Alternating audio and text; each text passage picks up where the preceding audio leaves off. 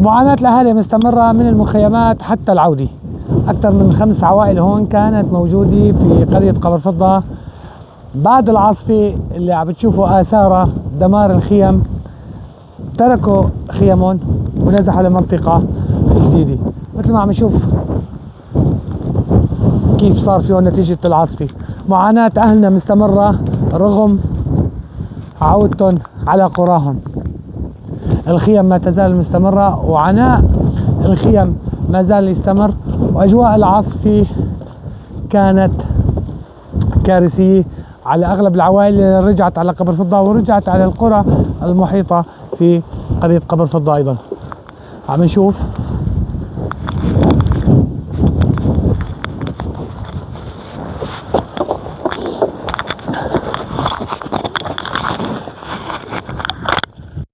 مرحبا عمو،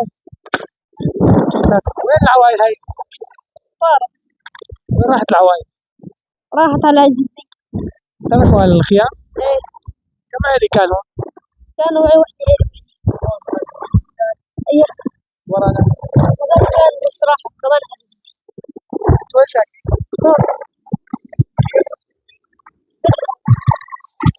بيته الحال؟ صعب كان. اسقى